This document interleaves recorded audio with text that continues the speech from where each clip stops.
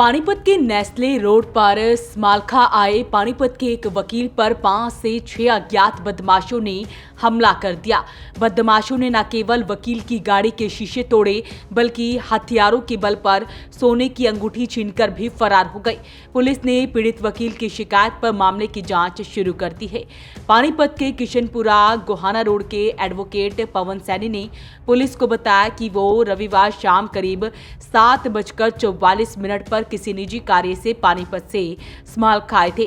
जैसे ही वो Nestle road से किवाना चौक की तरफ पहुंचे, वहां पहले से 5 से 6 अज्ञात युवकों ने उनकी गाड़ी को रोकने की कोशिश की।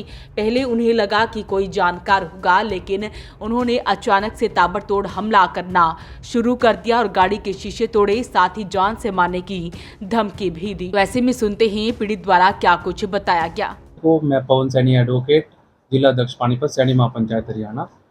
मैं कल दिनांक 26/4 को शाम को 7 बजे के करीबन मैं पानीपत से समालखा के लिए निकला और समालखा नेस्ले रोड से होते हुए मैं किवाना चौक पर जैसे पहुंचा तो मुझे 3 से 4 पर्सन ने मेरी गाड़ी के आगे आके पहले गाड़ी के बोनेट पर हाथ मारा। मुझे लगा कोई नॉन के पर्सन है, तो मैंने गाड़ी को स्लो किया और शीशा करके उनसे साइड में आने को कहा। तो इतनी देर में उन्होंने हथियार लेस व्यक्ति थे, वे हथियार के साथ उन्होंने मेरी गाड़ी के फ्रंट शीशे पर ताबड़तोड़ हमला कर दिया और जिससे गाड़ी का शीशा ब्रेक हो गया और मैंने साथ ही साथ गाड़ी को साइड में लगा के जैसे गाड़ी से मैं और मेरा साथी पानीपत से गया था, जो हम दोनों ने उतर के जैसे ही हम उनकी तरफ भागे तो वे 6 पर्सन थे। पहली बाइक पर 3 पर्सन भागे हुए, दूसरी बाइक पर 2 पर्सन भागे, तीसरी बाइक पर बंदा जो है तैयार खड़ा था बाइक स्टार्ट करके। हमने भाग के उसको पकड़ा, लेकिन उसने अपने हाथों पर तेल वगैरह लगाया हुआ था, चिकना लगाया हुआ था, जिससे हमारा हाथ स्लिप हो गया और हाथ स्लिप होने के साथ साथ मेरे हाथ से वो रिंग भी ले गया। गोल्ड की रिंग थी, वो भी साथ में लेकर चला गया और साथ के साथ अपने बाइक लेके वो वहाँ से फरार हो गया। उसके बाद हमने 112 पर डायल 112 पर कॉल किया। डायल 112 10 मिनट के अंदर हमारे पास आ गई थी। उसके बाद आने के बाद उन्होंने अपने वहाँ पे जो है इंक्वायरी वगैरह की, फोटो से वगैरह की, वहाँ पर वीडियो वगैरह बनाई और फिर उसके बाद हमें जो है समालखा थाने के लिए रेफ़र कर दिया। तो हम समालखा थाने में अपनी कंप्लेंट दर्ज करा के रात वहाँ से आए हैं। तो उसके बाद हमने आगे की कार्रवाई अंकल जी के साथ हमने जो आरोपी हैं उनको जानते हो, आपने देखा होगा? अननोन बंदे थे, मैं नहीं जानता कौन थे। मुझे लगा उन्होंने जैसे मेरी गाड़ी पर बोनट पर हाथ मारा, मुझे लगा कि कोई जानकार बंदे होंगे, तो मैंने जानकारी की वजह से गाड़ी को स्लो करके उनको साइड में आने के लिए कहा। तो वो साइड में ना आके उन्होंने मेरी गाड़ी पे साथ के साथ हमला कर दिया और हथियार लेस थे। जाते जाते जैसे मैंने शीशा नीचे किया, विंडो नीचे की, तो उन्होंने साथ की साथ मेरे को धमकी भी देने लगे कि हम जान से मार देंगे, जान से मारने की धमकी भी दी, जिंदा नहीं छोड़ेंगे। 2-4 बातें उन्होंने मेरे को बोल के वहाँ से फरार हो गए वो। ठीक है, उनके साथ उनकी 2 बाइकों पर नंबर प्लेट नहीं थी, एक बाइक पर नंबर प्लेट थी। उस गाड़ी का नंबर भी हमारे पास है, जो हमने कंप्लेंट में दे दिया है। ठीक है, उसके बाद आज हम एसपी साहब से मिले हैं इसके लिए। जी सर, मोटिव क्या रहा होगा उनका, मतलब हमला करने का? कोई लूटपाट का था या कोई रंजिश वगैरह किसी तरह की? देखिए, रंजिश तो मेरी किसी प्रकार की किसी से नहीं है और ना ही ऐसा कोई मेरा सर्कल है कि जिससे मेरी रंजिश बने। मैं एक प्रोफेशनल हूँ, एडवोकेट हूँ, ठीक है, अपने काम से मतलब रखता हूँ।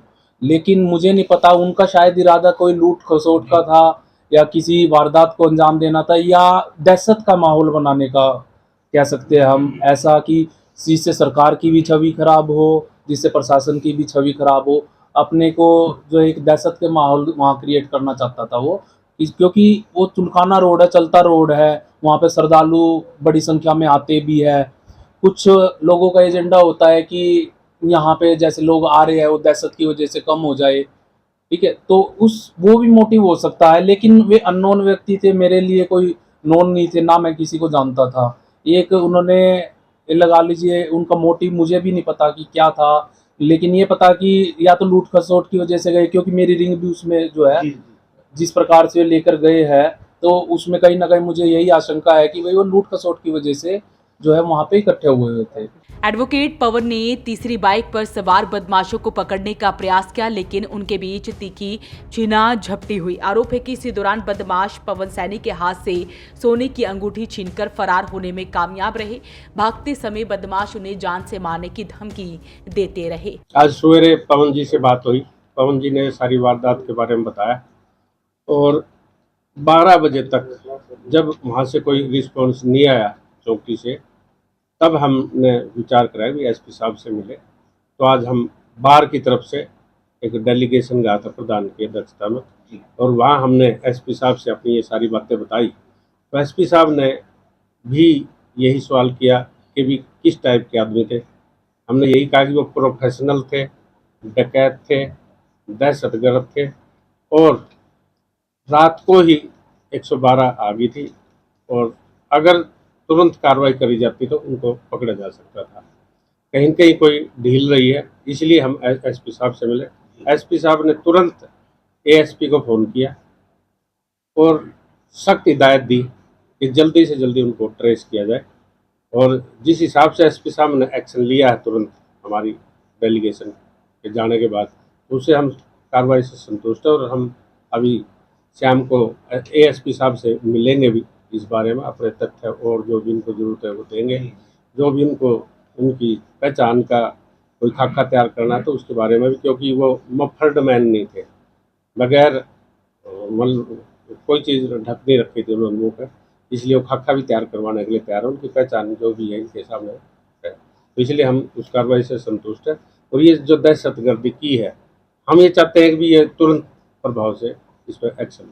तो एसपी से भी मुलाकात की गई है और एसपी द्वारा भी इस मामले को संज्ञान में लिया गया है। उन्होंने कहा है कि जल्द से जल्द आरोपियों को गिरफ्तार कर लिया जाएगा।